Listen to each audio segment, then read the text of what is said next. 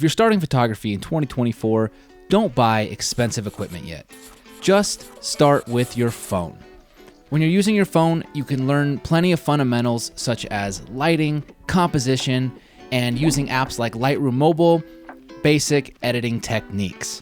Using your phone will get you in the habit of shooting, and it'll get you in the habit of thinking like a camera and seeing like an artist. I'm Nick Hilton, and welcome to my YouTube channel, and this is what I would do if I was starting photography in 2024. So once I feel like I learned some of the fundamentals and learned to get decent photos with my phone, then I would say it's time to invest in some gear. Now, the key word here is to invest. We don't need something super expensive, but we also don't want to go too cheap. Right in the middle, there is the sweet spot. Because technology has been so good for so many years now, I really recommend checking out the used market.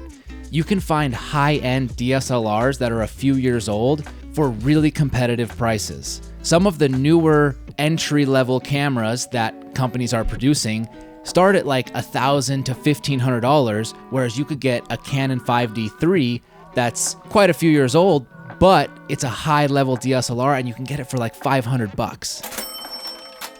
Once you've got your camera, it's time to learn the technical fundamentals. Learning on your phone can teach you composition, it can teach you lighting, it can teach you a lot. But now it's time to learn ISO, aperture, shutter speed, and learn how these all come together to form an exposure.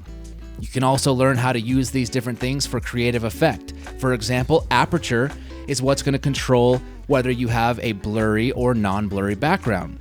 And your shutter speed is going to allow you to capture fast motion or to slow down motion. I also really recommend for beginners to learn the histogram. When I first started learning the histogram, it didn't make a lot of sense, but once it clicked, it became so helpful, especially in situations where it was really sunny outside and I couldn't really see the images on the back of my LCD screen. You can never, ever trust the LCD screen. Learn how to use the histogram so you know if you're clipping blacks or whites and kind of where your exposure is actually sitting. All right, my next tip for you is to explore different genres. Shoot everything. I mean it. There is so much to be learned from different genres of photography, and you might just fall in love with one that you never expected. For example, I started with action sports photography, and then I fell in love with wedding photography, which is entirely different. But action sports photography taught me to anticipate the moment. An athlete doesn't want to do a stunt 100 times so you can get a good photo. They want to do it once, maybe twice at the most. So I had to learn to really anticipate what was going on, how it was going to look in my head, where did I need to be, and how to get it on the first go.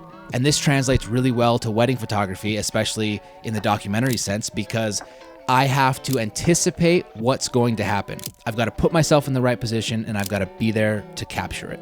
Pressure, pressure, pressure. My next tip for you is to read this book.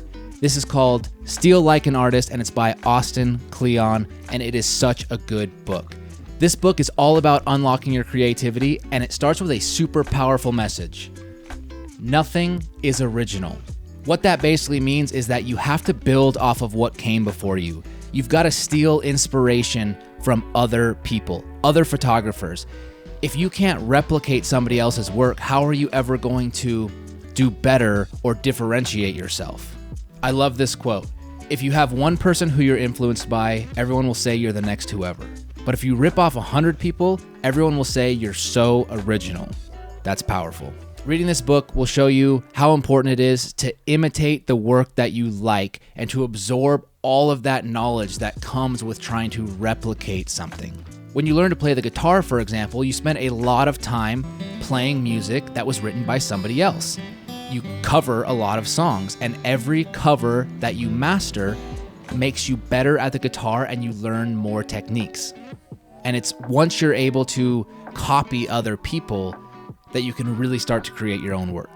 And that brings us to tip number 6, which is test shoots. You need to go out and test. Test out locations, test out different times of the day, different lighting, test out new angles, new lenses, new distances from your subject. And when you're done, you need to study the photos. More importantly, study the bad photos. You're always going to learn more from failure than you are from success. Look at those bad photos and ask yourself, what could I have done better? If I would have moved this way or that way, would that have made it better? If I would move my subject here or there, would that have made it better? Dissect those bad photos so that way when you're on your next shoot, the next time you have your camera, those bad photos will ring in your head and you'll go, oh wait, this is gonna be one of my bad photos. Let me fix it. All right, so to recap, start with your smartphone, learn the fundamentals, invest in some gear that you can find in the sweet spot. Don't spend too much yet, but don't cheap out. Learn those technical fundamentals. Learn the settings of your camera, learn what they do, learn how you can use them for your benefit. Explore different genres, shoot it all. Read Steal Like an Artist. It's really good for you. I've read it a lot of times. Do some test shoots. Just go out there, test things out, learn. All right. I hope you find some value in this video.